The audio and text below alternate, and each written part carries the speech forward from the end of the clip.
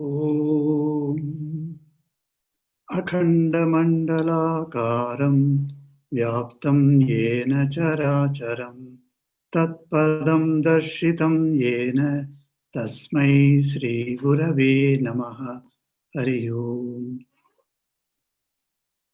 Kripanguru Mahadevi Suteshu Pranateshu Cha Charanasrayadanena Kripamayi Namostute Om Namo Bhagavate Sri Ramakrishna. Welcome to this 42nd week of the readings and reflections on the life of Holy Mother.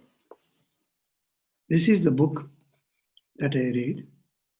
This book has been written by Swami Vivekananda Maharaj. A very wonderful book on the life of Holy Mother. Thorough and exhaustive. Today, we are beginning the 14th chapter called Her Burden Bearers. Page 181. The period of the mother's stay at 10/2 Bospada Lane is important in more than one sense. From the second quarter of the year, she had been living there, and Swami Yogananda was also there as her attendant. Swami Trigunatitananda went there whenever he could spare time from his duties in connection with the Bengali periodical Udbodhan. Some others also lived in the house now and then. In the previous year, Swami Vivekananda had returned from America to Calcutta, that is 27th February 1897, and after a contract had been entered into on the 3rd February 1898 for the purchase of a plot of land on the Ganges at Belur for the permanent location of the Ramakrishna Mutt, the monastery had been shifted temporarily from Alam Bazar to Nilambar Babu's garden for carrying on the building work on the new land. When the actual construction began in April, under the able supervision of Swami Vivekananda, the Holy Mother was one day brought in a boat to the monastery. She was accompanied by Swami Yogananda, Brahmachari Krishnalal, who later became Swami Dhirananda, and Golabma. As soon as the boat touched the landing stairs, a conch was blown to announce the auspicious event. And when the mother alighted,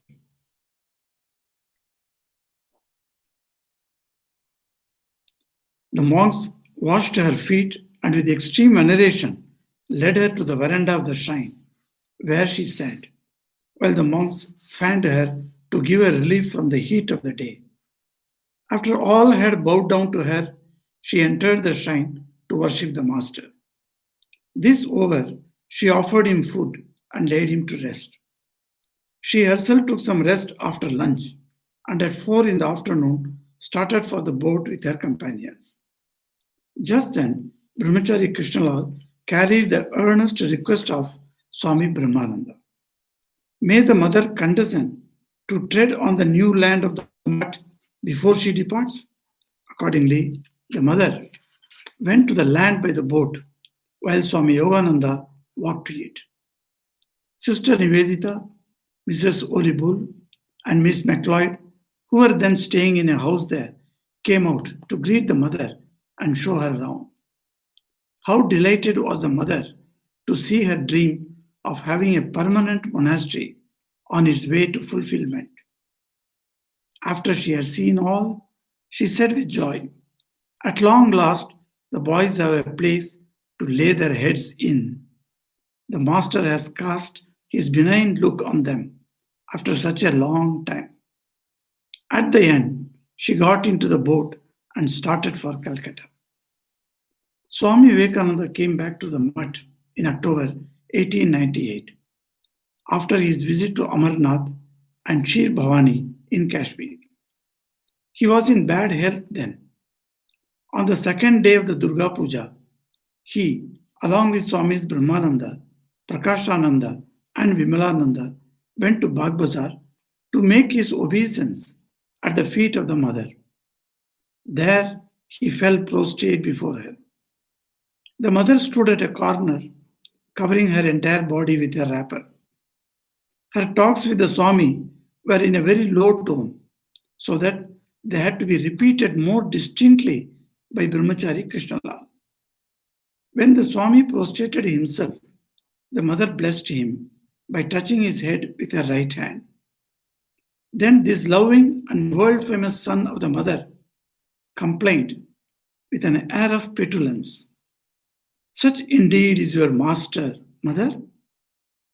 Just because a fakir's disciple in Kashmir used to visit me, the fakir cursed me, saying, he shall have to leave this place in 3 days with stomach trouble. And sure enough, it happened just as he had said. I had to flee away helter skelter. Your master could do nothing whatsoever. The mother had her answer communicated. It's an occult science. One can't but bow down before it, my boy. They didn't, in fact, come to destroy. Our master heeded even such things as the cry of a lizard or a sneeze. At these sounds, one must stop doing anything as they augur evil.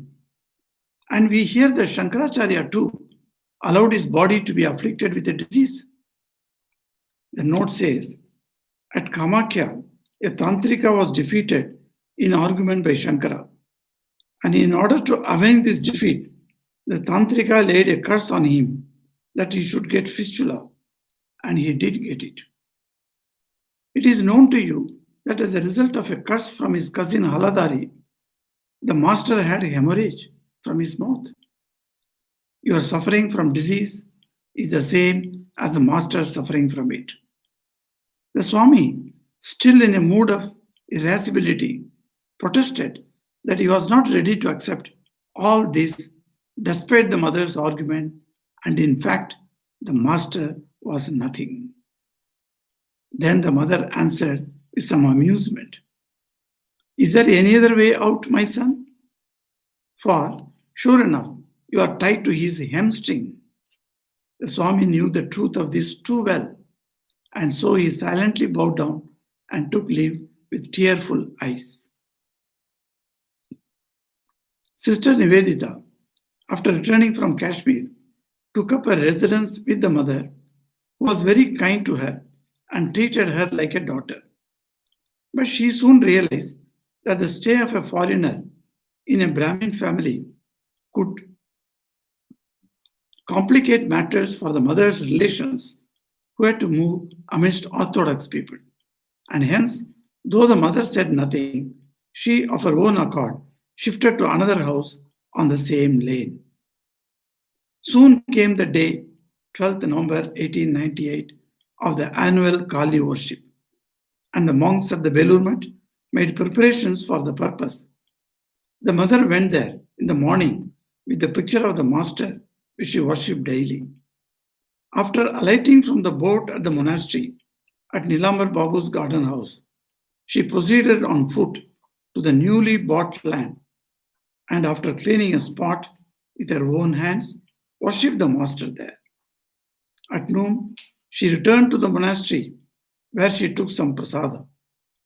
In the afternoon, Sister Nivedita took her along with Swamis Vivekananda, Brahmananda, and Saradananda to 16 Bospara Lane, where the Sisters' Girls' School was formally declared open by the mother.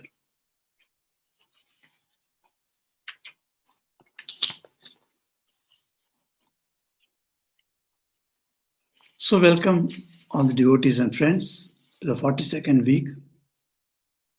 As I said in the beginning, we are starting a new chapter, 14th chapter, entitled Her Burden Bearers.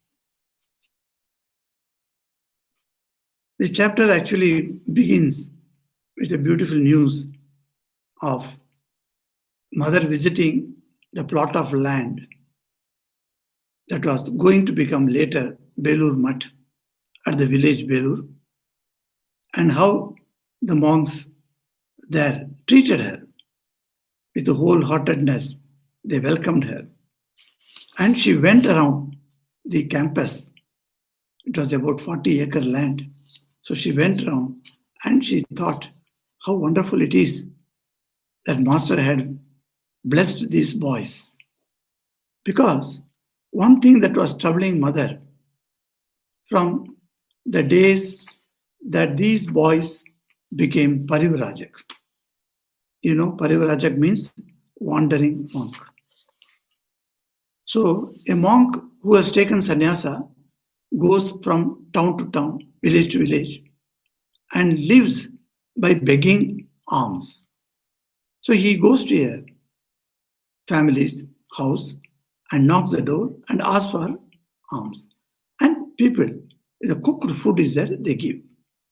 So he takes that. He is satisfied with what he gets by taking bhiksha.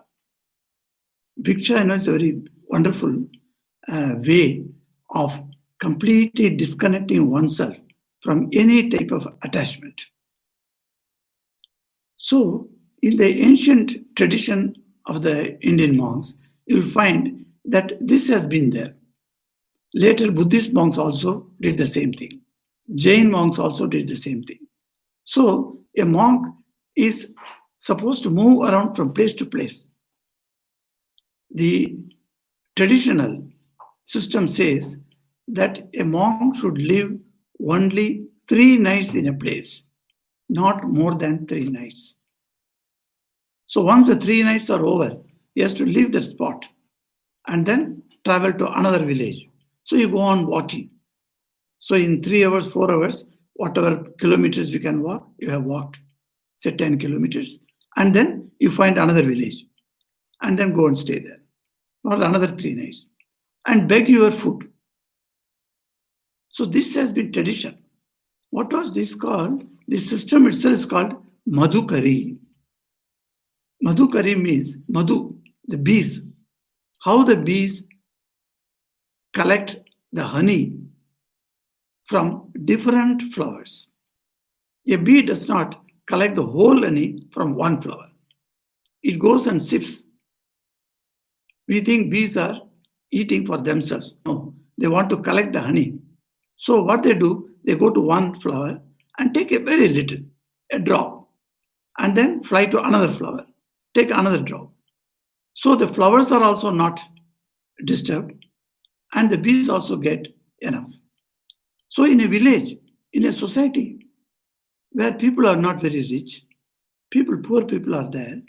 So when you go for alms, you are not supposed to be a burden on the society.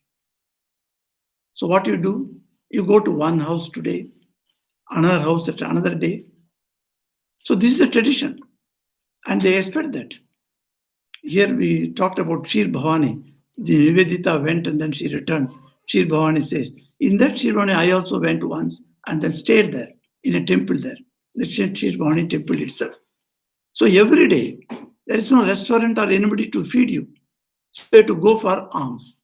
Hindu monks, they go around. So I also went around. There was one Rajan Maharaj, an old brahmachari, who stayed all along as a brahmachari. He never took sannyas. And he was also in the temple. And he used to be there. And he used to guide me. Go to this way, that route you go. And you will find one Hindu house there. And then you can ask for begging. So I went and begged. And they used to give me. So this begging your food is called Madhukari. And you are not a burden on the society. So one house, one day, and only one time you eat. No morning breakfast, no evening supper. So by 11:30, you have your lunch, that's all over. So now you see, this is a very good system. It was there. Before, the monks were organized as Swamiji did for the Ramakrishna Mutt. So he established a mutt. Adi Shankar also established a mutt. His monks also used to go for begging. But then later, this mutt was established to organize the work that is more important. So naturally, monks had to stay in a place for particular days or months or years. Now, the disciples of Sri Ramakrishna, the young boys, they were all wandering about. And Holy Mother shed tears for that. They don't have a small place to lay their heads down and to sleep peacefully. And they are going from here and there, house to house, begging when it is going to stop. She was thinking and very much concerned about monks' suffering. And she visited Benares. In one of the trips, we have seen how mother went to Benares, Brindavan, etc. So in Benares and Brindavan, she went and saw. And particularly, she went to Gaya. In Gaya, she saw the Buddhist monks, how they are all organized. 100, 200 monks are staying in one place, and then they come at a particular time, and the food is being served to them. So all these things, when she saw, she started weeping. And she could stand the suffering. She could think of her sons. Master's sons are her sons. And she used to cry. Every night she used to plead with Master. Oh, Master, you have left. You have gone away with your body. And where are you now? Your sons are moving around here and there. They don't have proper food. I'm so unhappy. Make some arrangement. So when she was taken to Belur, when the plot was purchased, and then she was shown the plot, she was extremely happy. Who can be more happier than Holy Mother because of her wonderful way that she has been praying? And she says, at long last, these are her words, at long last, the boys have a place to lay their heads in. The Master has cast his benign look on them after such a long time. He made them suffer. They had to go round and round, from place to place, house to house. But then, at long last, a mutt is going to be established. So, organized way of working in the society for the benefit of the society and for the welfare of the own person. That's why Swamiji made the motto of the Ramakrishna order is this: Atmano mokshartam jagat hitaya cha. Atmanaha mokshartam. This moksha, this is this Atmana artham. That means the goal of myself. What is my self goal? Self goal is moksha. So it is translated in English as for one's own liberation.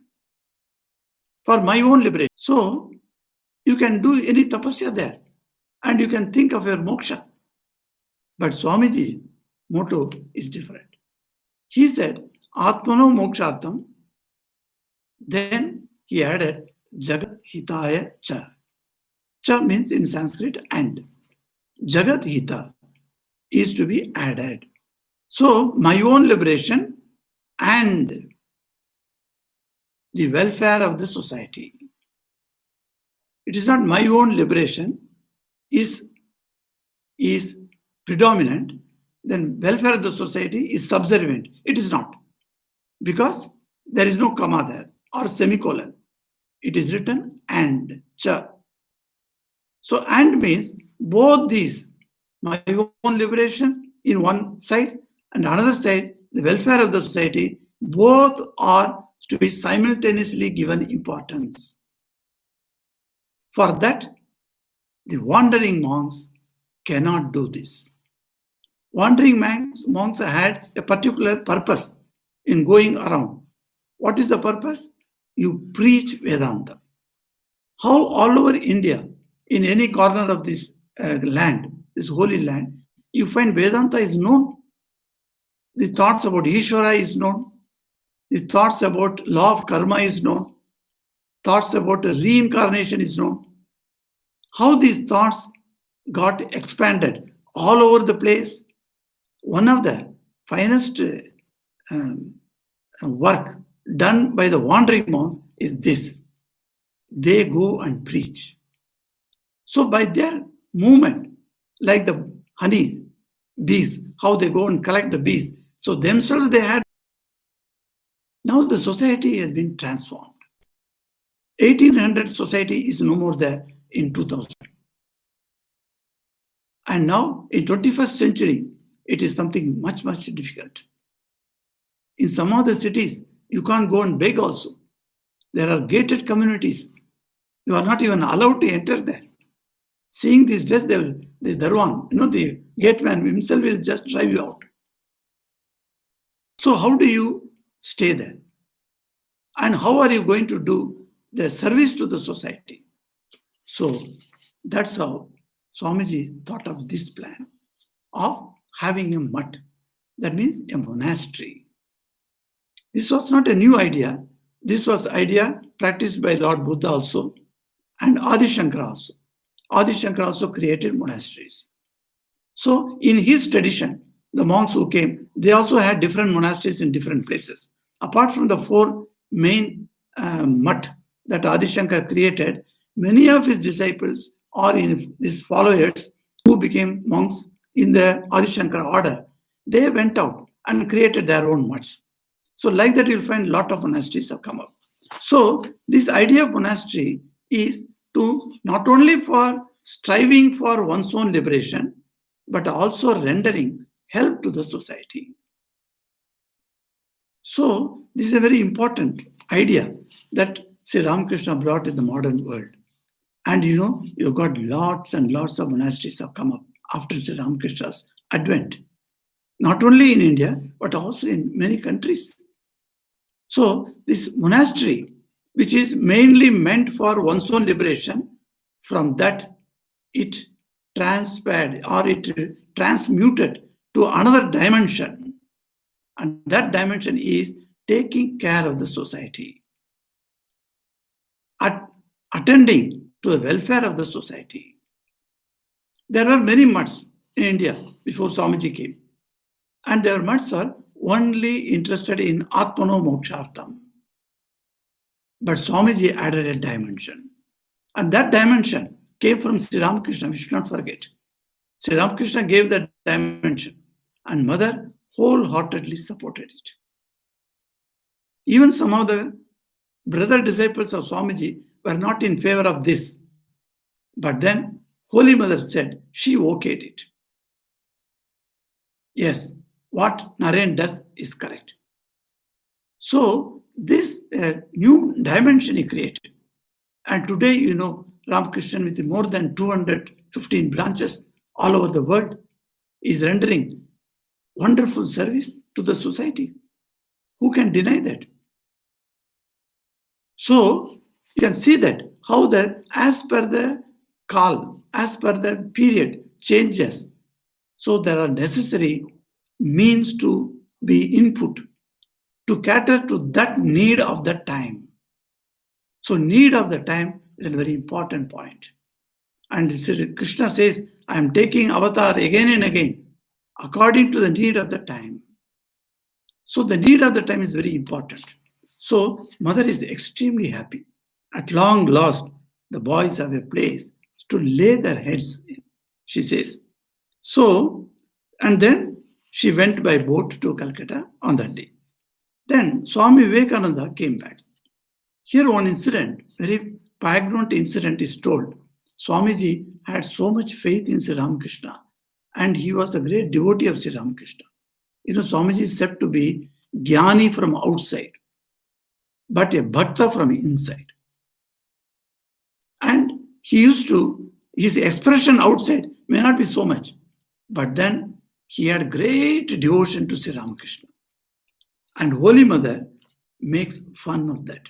And she says, very jokingly, she says, is there any other way out? She's asking him. You may be displeased with Ramakrishna any number of times. It doesn't matter. But can you be away from him? Can you go away from him?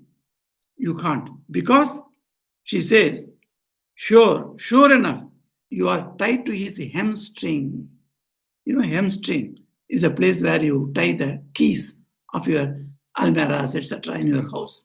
House keys are tied to the hamstring. So wherever you go with that cloth, naturally whatever tied to the hamstring will also follow with you. So wherever Sri Ramakrishna goes, we have to go. He is you are tied to his hamstring, so you cannot leave Ramakrishna. Now you may wonder why Vivekananda wanted to leave Ramakrishna. What was the problem with Vivekananda? That was the problem in Kashmir. When Swamiji went to Kashmir, one incident happened there. It's a very funny type of incident. Why I'm telling you, the jealousy between the gurus, that has come up. We think all the gurus with their disciples are all okay. But no, if two gurus are standing and then they have the disciples going from one guru to another guru, then the jealousy comes. That is what happened in the life of Swamiji. Swamiji went to Kashmir and he used to go for a stroll every day, morning and evening. And he used to chant the name of Lord Shiva, only Paramashiva, and Bhom Bola. Like that he would shout. And then because it's all forest type, not much of people were residing there. So you go for a walk and then he would shout Shiva's name. And one boy saw him. He was a brahmachari and under training of another guru in Kashmir.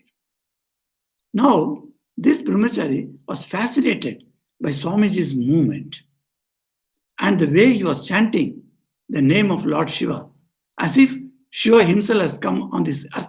He was moving very majestically. So this brahmachari one day went and made pranam to him. That is the system.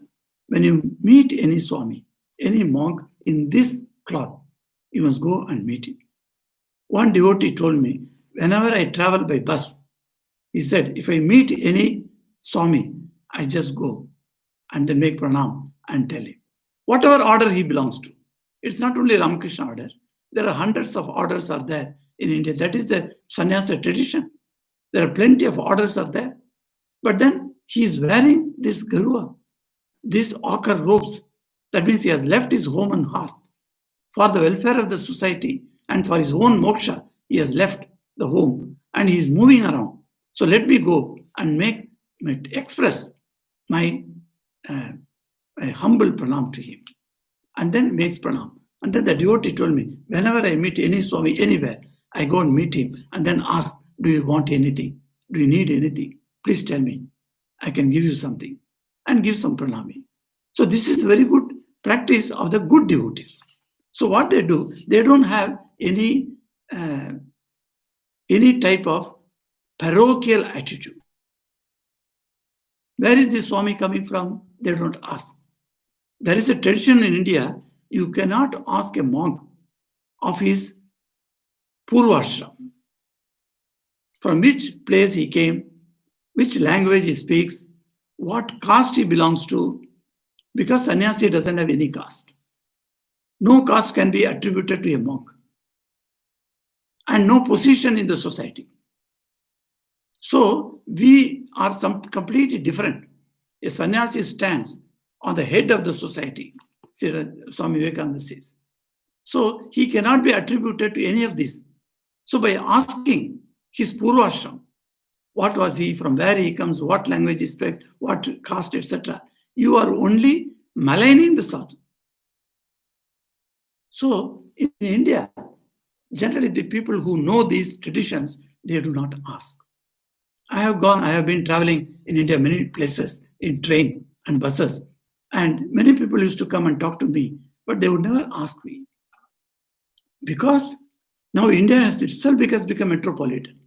All the different castes, different states, people mingle in a place like metropolitan cities like you find it Delhi, Bombay, Madras, and then Calcutta. So people can actually find out which language you are. Once I was traveling by train in Lucknow, I was speaking to that family and they fed me also, family, and I was talking to them in Hindi. Now, that gentleman who was talking to me in Hindi, somehow he felt that I am not from the Hindi-speaking area. So he could just feel that. But how to ask a monk from where you are, he cannot ask that. So he knew the tradition. So he was unable to make any understanding, and he was telling there are people, the Hindi people born in Hindi land but went and stayed in Maharashtra, for instance, or in Calcutta. Their Hindi will not be like Lucknow Hindi. Their Hindi will be little different. So you could understand, I may be like that, born in a Hindi land, but stayed in some other place. That's why that original Hindi touch I have lost. So he thought like that. And he expressed to me that also. And then I am not giving. I am not telling him where I am from. And he has been long, this is going on, this conversation is going on. And then I try to avoid English words. So what happened is, when you try to speak in English, you bring English, that shows your mother tongue, unfortunately. In Hindi, it is not so. In any other Indian language, it is not so. But when you speak English, if you are a Kerala person, Malayali, and you speak English, immediately people understand you are from Kerala. If you are a Bengali speaking English, immediately they will know you are from Bengal. So your language, speaking in English, the tone and the tenor will immediately bring you out. It will show you out. So I was trying to just confuse him. I was trying not to use English at all. But then time comes, when you are talking very fluently, suddenly you are searching for some words. Some Hindi words I lost. I couldn't grasp. So what I did, I used English words. That was enough. Immediately he said, Swamiji, you are from South. Because South Indians speak English in one way. And then he could understand that. Because it's a cosmopolitan place where he lives in Lucknow. So he has met with many people, with a different language speaking people. So he knew what is the pronunciation style of each language people. So why I'm telling you is that among the sadhus, the tradition is you are not supposed to tell. But if you come to know on your own, well, nobody can stop it. Is it not? So that's what happened. So Swamiji went to all these places. So this boy comes, he met Swamiji and made pranam to him, and then he was talking to him. Swamiji was a very good speaker, and he was talking to him. The conversation style is very impressive. So he started coming every day to Swamiji. And they used to go for a walk. And during the walking time, he used to put questions, and Swamiji used to explain to him. See, that's why, when you go with the devotees for walking, etc., you can actually discuss so many things which you may not be able to discuss in a class or anywhere. Your personal problems you can put before the sadhu. So it was very nicely going on. Now, at a particular time, this boy was absent from the place where he was staying with his guru. The guru noted that. The guru asked one day, my boy, you are going at a particular time and coming back at a particular time. What is the matter? You were not like that earlier. Only I find for last 15 days you are doing like this. Then the boy had to admit. He said, oh Gurudev, I found a Swami from Bengal. Yes, he is from Bengal. But what knowledge he has got. So he started in great praise of Vivekananda. And immediately the Guru understood. Oh, my disciple is lost to me. Now the man who has come from Bengal, he is going to take him away. And he was a tantric guru. What he did, because of the jealousy that came up in his heart, he wanted to make some type of ritual by which he cursed Swamiji. What did he curse? He said, in 3 days' time, Swamiji must leave this place. And he must have a terrible stomach pain. Now, on the 3rd day, Swamiji started having stomach pain. And the pain increased so much, he had to leave the place. And he went to another place. So in his Parivraj. So now you find that Swamiji met this boy, and the boy was attracted to him, but the boy's guru was not very happy. And he thought, my disciple will be lost for me. This is where problems come with the gurus. If you have a group of devotees under your spell, then you don't want them to move to another man's. Some gurus are so strict, they tell their disciples, don't go and listen to that person. Like that they instruct. Because they think that this person will be distracted by him. For having nishtha, to some extent, it is true. Because the mind should not jump from one place to another place to another place. So you must have nishtha. Okay, you must have good things. So I am attracted to Sri Ramakrishna. Then I read Sri Ramakrishna's books. I listen to people who speak on Sri Ramakrishna. I cultivate friendship with people who love Sri Ramakrishna. So in that line I am moving. Now suddenly I shift and then go to different traditions of Hinduism. Then what happens? My nishtha to Ramakrishna is reduced. There is some truth in that. But then you cannot take vengeance on the other person, as this guru did, this yogi, the tantric did. The tantric cursed Swamiji. Now Swamiji had the pain and he left that place also, but then he was keeping this in his mind. He was thinking, why Sri Ramakrishna left me for long? Why he did not protect me from that tantric's bad tantra? He had used the evil tantra on me, which is called black magic. We all know black magic, what it is. I don't need to go into in detail, but I will tell you one or two incidents of black magic. That will be interesting to hear. But then this black magic, why Sri Ramakrishna did not protect me? Why he allowed me to suffer? So this is called abhimana. In Bengali, we call it abhimana. Abhimana means, I love this person, Sri Ramakrishna, but Sri Ramakrishna, I expect Sri Ramakrishna to protect me, but he failed to protect me. So who is this master? I don't care him. Now Swamiji got a childish type of idea about master. And to whom he can say this? He can't tell his brother disciples because they all look at him for guidance. So he cannot break their faith in Sri Ramakrishna.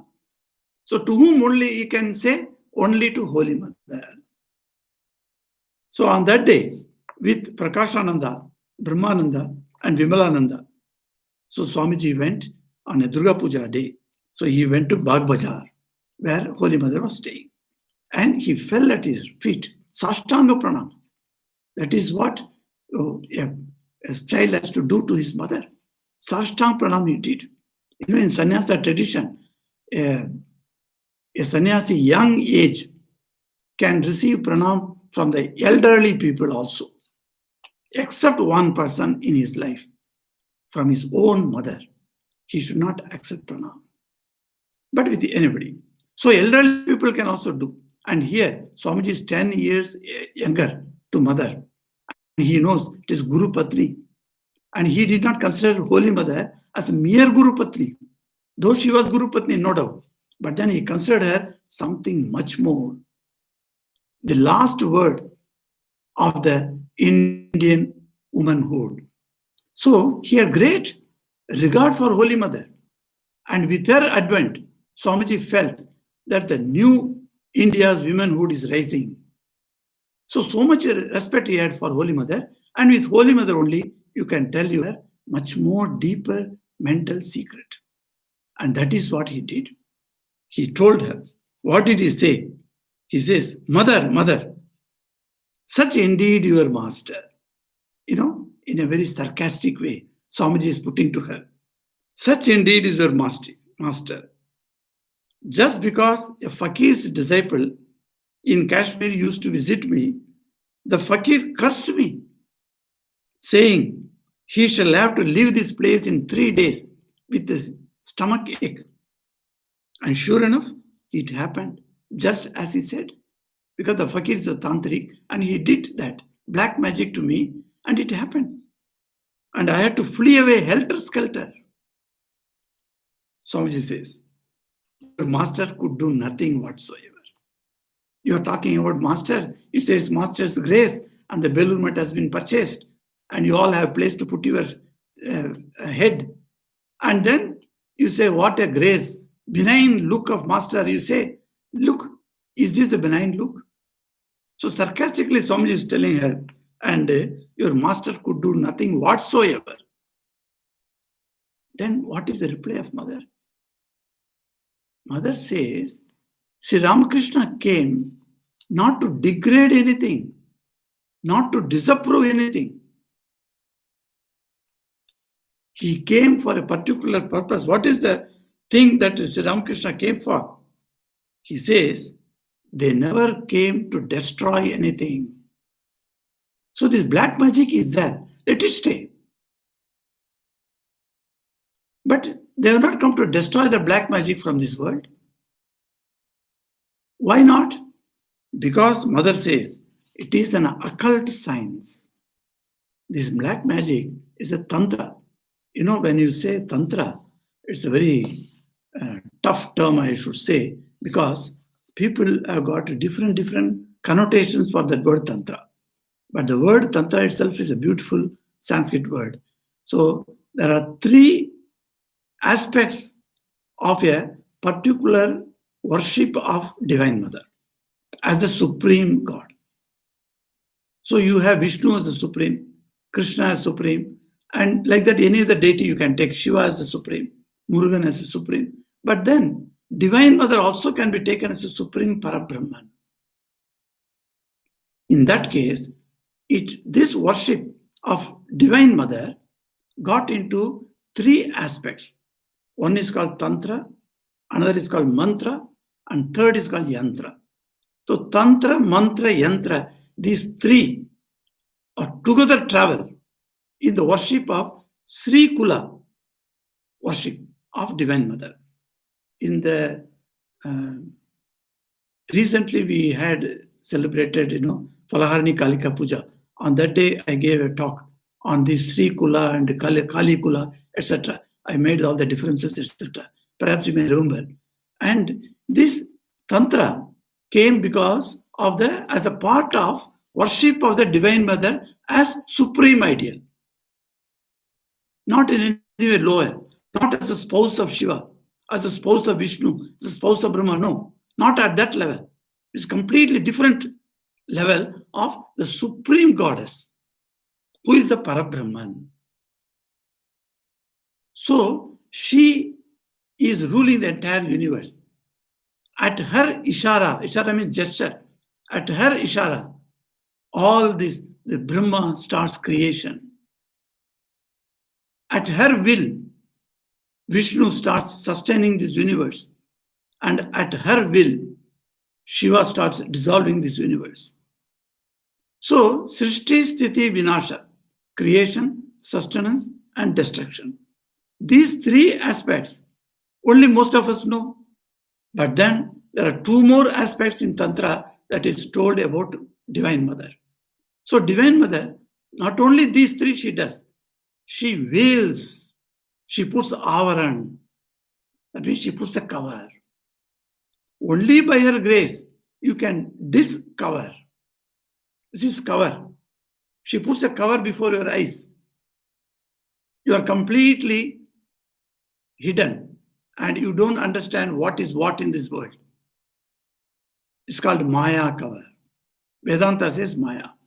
But Tantra says, no, the Divine Mother, she plays with this world because it is her toy. This universe is nothing but her toy. She created. She can take it and play with her. Doesn't matter. Sri Ramakrishna had a beautiful vision one day. He saw a mother, a beautiful woman was walking, small girl, and then she grew up into an adult woman. And then she was extremely beautiful, and Sri Ramakrishna is looking at her. And suddenly she delivers a child. And the child is also extremely beautiful. And she gives breast milk to the child. And then she kills the child and devours it. Creation, sustenance, and dissolution. All the three he saw at one go. So Divine Mother, not only these three she does, two more additional factors she does. She covers your mind with the worldly thoughts and she makes you completely mudha. You do not know what is truth. She covers your eyes. And then the fifth act is anugraha. Avarana and anugraha. She gives grace. By her grace, your screen is opened. You are able to see the reality. That's why Sri Ramakrishna used to say, if Holy Mother, if Divine Mother wishes, then only your screen will be removed, not otherwise. However you may try your penance, etc., nothing can be done. It is her grace must come. She must think, yes, I must leave this man from this Maya. Let me release him. Let me give him moksha. She should think. So you pray to Divine Mother. So this mother worship, this tradition that Devi worship is called Sakta, Saktaism as it is called. So the Shakti worshippers, they have developed the three systems, this Tantra, Mantra and Yantra. So mantra, lot of mantras, that means syllables are put together and made into powerful mantra. This occult science also uses mantras. Like in your spiritual life, we use the mantra. When we go to Guru and we are getting Diksha and we are given mantra. So the mantra is a very great tradition. And then Yantra. There is another third aspect of this mother worship is a Yantra. The Yantra also is very important for those Devi worshippers. Even Shankaracharya, who was an Advaitin by his thoughts, but he was a devotee by heart. So what he does, he worshipped the Divine Mother.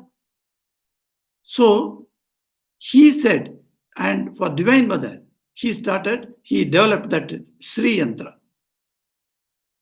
So he established Sri Yantra in places where Divine Mother is worshipped.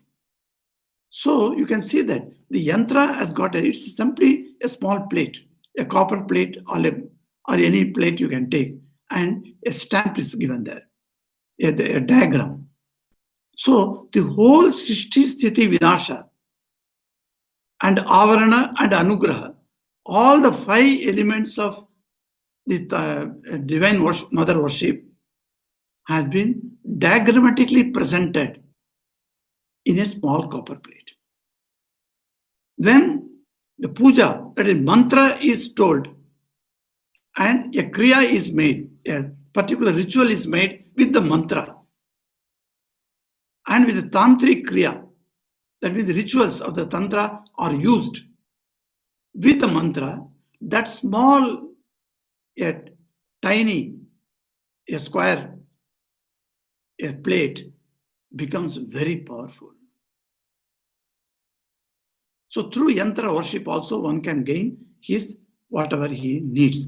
So now when they found this tantra, mantra, yantra can bring you what you want.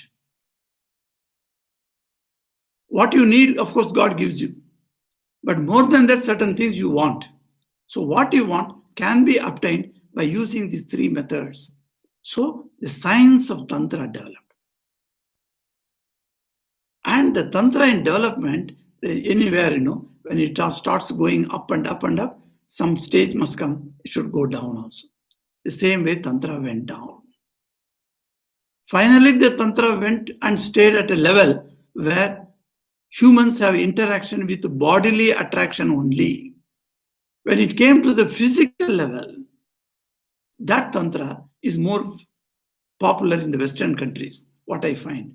So some of the yogis, they say that we are tantric. And when they start talking about this union of male and female.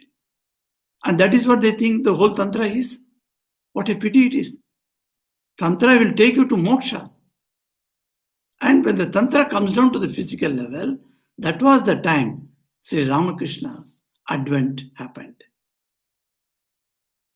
In the 18th century, 16th to 17th, 18th centuries, the Tantra went into the worst step, particularly in the eastern parts of India. Tantra was not widely prevalent, as you know. But once upon a time it was prevalent. It started making inroads. But then the Bhakti movement that set the Tantra separate and isolated. So in certain pockets in India, the Tantra developed very largely. For instance, Assam. From Assam you take, and the eastern parts of India up to Odisha, the Tantra thrived. But then the thriving of Tantra reached a lower stage. And that is the time Sri Ramakrishna came and purified. One of the greatest contributions of Sri Ramakrishna to our spiritual life is to purify the Tantra. 64 tantric methods he practiced. Bhairavi Brahmani came, a woman came as his guru, and she taught him. And anything concerning with physical level tantric, where Sri Ramakrishna was introduced during his process of sadhana, his mind used to immediately rise to the level where he forgot his body. His guru, that is Bhairavi Brahmani, was extremely happy with this disciple. What a wonderful disciple she got. One after another, 64 tantras she taught him. And he got success in each. And he thought, no, this tantra has to be purified. And that's why he said, in tantra, consider a woman who is practicing with you as your divine mother. All women should be considered as a representation of divine mother. Then only you will be able to move in spiritual life towards realizing the divine mother. So, how do you do that? So, but then this tantra, as it degenerated, the black magic system also entered. This is not something new. The black magic system was there in Buddha's time also. After the Buddha's thing also went into shamanism in Tibetan and other places you will find being followed. And then even in the Christian monasteries, some of the black magics were done. So some of the history we find that. So the black magic is something not that nobody knew. Yes, it came up in different parts of the world. Different parts of the world it came, but then people were not giving much importance to that. But then certain people are there, they go and give importance to that. And they take up. So one black magic incident I will tell you. I was reading when I was in Calcutta. So the annual Diwali time, Diwali time, some of the magazines publish an annual issue. It's called a special issue. So in one of the Bengali magazines, and one of our Swamis have written an article. So I saw the Swami's name. So, and he is very well known to me. We were together in training center in the same room. So his name was Swami Vivekananda. He was the secretary to Swami Atmasthananji for a long time. So he is a great friend of mine, and we were together there in the training center. So I found his article in Bengali was there. So I went through that. There he speaks about the Holy Mother's grace upon someone on whom black magic was thrown. This incident goes like that. There was a brahmachari who was staying in one center, and he slept one day, as usual every day. And on that day, through the window, some sort of smoke entered. This brahmachari woke up, and then he looked at that. And the smoke started suddenly coming in such dense, and it completely enveloped the entire room. And then he could not stand. He had breathing difficulty. So Swami Vivekananda writes that his breathing difficulty, he thought he's going to die. At that moment, he immediately remembered Holy Mother's presence. How did he remember? He looked sideways where there is no side table to the cot. There he had kept Holy Mother's photo. He took that photo and kept very on his chest, and he took that chest, the photo on his chest, and then he started praying to Holy Mother. And he doesn't know when he slept. Next day morning he got up, everything is quite normal. Then Swami Vivekananda writes, after some years, this brahmachari went and met someone who told on that such and such a day that this happened, he was made as a subject to a black magic ritual. On the same day, That was confirmed. So who protected this brahmachari? It was Holy Mother. But the effect of that Tantra worship or the Tantra method, the black magic Tantra, had to happen because it is an occult science. There's a power of mantra, power of tapasya of the person who does that. So the black magic was started being abused by certain people.